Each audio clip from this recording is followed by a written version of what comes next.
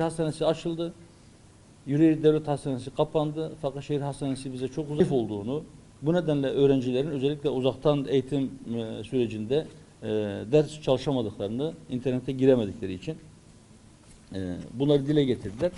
Yolların asfaltlanmadığı köylerin içerisinden geçtik. Uyuşturucunun dışında, az önce çok oraya değindiğiniz için söylüyorum. Uyuşturucunun dışında 3 sorun sayacak olsanız Adana'nın en önemli... Bu şekilde belki gençlerimize meslek edindirme ya da meslek liselerini biraz daha güçlendirme. Sanayi eğitiminden Adanalı'nın bu şikayetini burada yine kameralarınız ve mikrofonlarınız aracılığıyla ilgililere duymuş olalım. Paylaşmak istedim. Bu başlıktan ya da başka bazı konularla ilgili sorularınız varsa inşallah bu sorularınızı cevaplandırmak isteriz. Bugün Adana'daki 3. günümüz. 2 gündür Adana'da farklı kesimlerle bir araya geldik. Hem memleketin sorunlarını hem Adana'nın sorunlarını buradaki vatandaşlarla görüşerek yerinde tespit etmeye çalıştık. Adanalı'nın gözünden memleket sorunları nasıl görünüyor? Adana'nın sorunları nasıl sıralanıyor? Hem bunları konuştuk, hem çözüm önerilerini dinledik, hem kendi çözüm önerilerimizi vatandaşlarla paylaştık. Genel anlamda memleketin her tarafında olduğu gibi Adana'da da birinci öncelikli gündem ekonomi, dövizdeki dalgalanma halen konuşulmaya devam ediyor. Fiyatların çok ani yükselişinden sonra alınan kararlardan doğan bir şiddetli düşüş oldu, serbest düşüş oldu. Dolar bu sabah itibariyle de 11 bandında, 11 TL'nin birazcık üzerinde. Fakat bu düşüş henüz fiyatlara yansımış değil. Etiketler olduğu gibi duruyor. Çiftçilerle görüştük. Onlar da bu konuda özellikle dövize bağlı olarak yükselen gübre fiyatlarından ve akaryakıt fiyatlarından şikayetçi. Ama döviz düşmesine rağmen bu fiyatların henüz düşmemiş olmasını onlar da şiddetle eleştiriyorlar.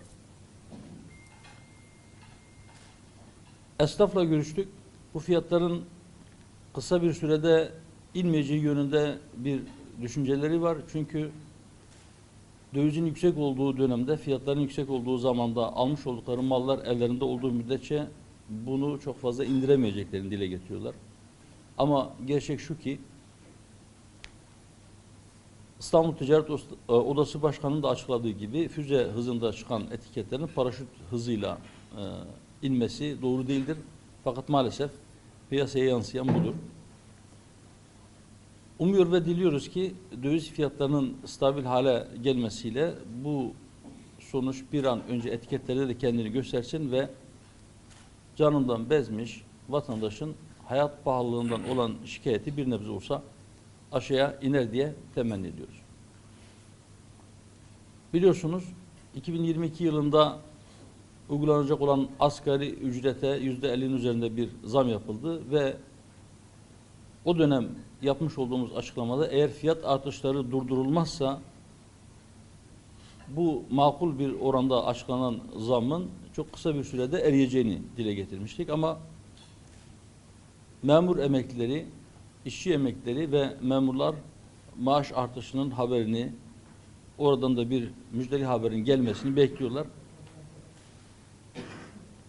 Bizim emekli maaşlarına ve özellikle de emekli maaşlarına ve memur maaşlarına yapılacak olan zammın da gerçek enflasyonun, çarşı pazardaki enflasyonun altında kalmaması gerektiği yönünde bir düşüncemiz var. Özellikle de memur emeklileri kısmen işçi emeklilerine göre nispeten daha iyi maaş almalarına rağmen işçilerin bazılarının açlık sınırının yarısı oranında bir parayla geçinmeye çalıştıkları hususu göz önünde bulundurularak bu emeklilere seyyanen bir zam yapılması gerektiği yönünde bir görüşümüz var. Onu burada tekrar edeyim.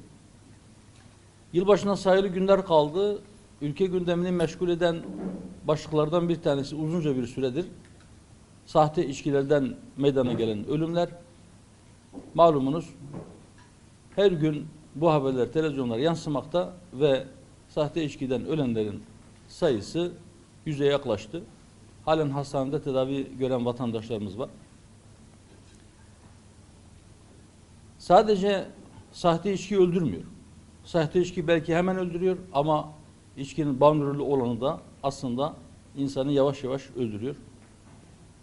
İnsanın beden sağlığına da, akıl sağlığına da, toplumsal sağlığımıza da ciddi zararlar veren içkiyle ilgili bir farkındalık oluşmalıdır. Ama sadece sahte içkiye dikkat çekilmesi maalesef bu farkındalığa olumsuz anlamda bir etki etmektedir. Dünya Sağlık Örgütü'ne göre alkollü içkiler nedeniyle her yıl yaklaşık 2,5 milyon insan ölmektedir. Ve bunlar sahte içkiden ölen insanlar değildir. Alkol ve buna bağlı hastalıklardan, rahatsızlıklardan bu kadar çok sayıda insan ölmesine rağmen sanki sadece içkinin sahtesinin öldürdüğü şeklinde bir algı oluşturulmasını biz yanlış bulduğumuzu buradan ifade edelim. Öğretmenlik meslek kanunu gündeme geldi. Uzun süredir beklenen bir şeydi. Bu da sevindirici bir haber. Yine geçen gün Adana'da yapmış olduğum açıklamada İzmir'de bundan yaklaşık 5 hafta önce 16 Kasım günü 3 Suriyeli mülteci geceleyin uyurken uyudukları yerde yattıkları odanın üzerine benzin dökülmek suretiyle ateşe verildiler. Yani bir kundaklama sonucunda 3 gencecik insan vahşi bir şekilde katledildi. Bu bize bir dönem neonazilerin Almanya'da bizim vatandaşlarımızın evlerini kundaklamak suretiyle onları yakmalarını hatırlattı. Ama maalesef bizden birileri bizim misafirimiz olan, bize sığınan insanları yaktığında bizim vatandaşlarımıza karşı yapılan bu vahşete gösterdiğimiz tepkiyi gösteremedik. Bu da ülkece bizim ayıbımız oldu. Halen daha siyasetin gündemine maalesef bu konu girebilmiş değildir. Ben buradan bir kez daha çağrıda bulunuyorum. Bütün ilgililere benzer olaylara eğer hak ettiği tepkiyi göstermezsek bu vahşetleri tekrarlamak isteyen ya da benzerlerini yapmak isteyenlere biz kendimiz cesaret vermiş oluruz. Mutlaka herkes en şiddetli tepkiyi buna göstermelidir. Vahşet sadece başkaları tarafından bize gösterildiğinde değil, bizden birileri başkasına aynı zulmü yaptığında da bizler tepkimizi ortaya koyabilmeliyiz. Değerli basın mensupları, dış gündemde de pek çok başlık var. Bunlardan bir tanesi Yemen'deki insani kriz. Birleşmiş Milletler Dünya Gıda Programı Yemen'de yardıma muhtaç 8 milyon insana yapılan gıda yardımını kıstı. Neredeyse Yemen'in nüfusunun tamamı yardıma muhtaç bir haldeyken böyle bir kararın gelmesi oradaki insani krizi büyütecek bir gelişmedir. Biz tekrar çağrımızı yapıyoruz. Başta Yemen olmak üzere iç savaşla boğuşan bütün memleketlerde bu iç savaşın bir an önce sonlandırılması için herkes elini taşın altına koymalı ve küresel barışı tehdit eden çatışmaların bir an önce sonlandırılması için ilgili kesimler, uluslararası kuruluşlar bir an önce harekete geçmelidir. Evet, dediğim gibi 2 gündür Adana'da temaslarımız var. Özellikle çiftçilerin bazı sıkıntılarını dinledik. Onlardan bir kısmını ben burada siz değerli basın mensupları vasıtasıyla duyurmak istiyorum. Gerçekten çiftçi dertli. Tarım kenti Adana'da tabiri caizse burnundan soluyor. Gübre fiyatlarının çok aşırı derecede artmış olmasından dolayı önümüzdeki dönemde tarlasını ekmeyecek olan bazı insanlarla karşılaştık. Tarlalarını ekmekten korktuklarını söylediler. Zira girdi fiyatları o kadar yükseldi ki yetiştirdikleri mahsulü satarken masraflarını çıkarabileceklerinden endişe ediyorlar. Limon üreticilerinin bir sıkıntısı var biliyorsunuz. 2020 yılının Nisan ayında ihracata getirilen kısıtlamanın etkileri halen devam ediyor. Narenciye bahçelerini gezdik. Dalında duran limonları gördük. Bazı limon yetiştiricileri ücretsiz bir şekilde limonlarını vermelerine rağmen bu ücretsiz verilen limonları sadece işçilik parası ödeyerek toplamaya yanaşmayanların olduğunu söylediler. Limon dalında kalmış, bu bir sonraki dönemin ürününü de ciddi şekilde etkileyecek. Yine Adana'da en fazla dile getirilen hususlardan bir tanesi, hemen her kesimden bunu duyduk. Adana siyasetçisinin kendilerine yeterli ilgiyi göstermediğini, Adana'ya yeterince ilgi göstermediklerini bizlere şikayet ettiler. Böyle bir şikayet var. Adana sahipsiz bir kent şeklinde.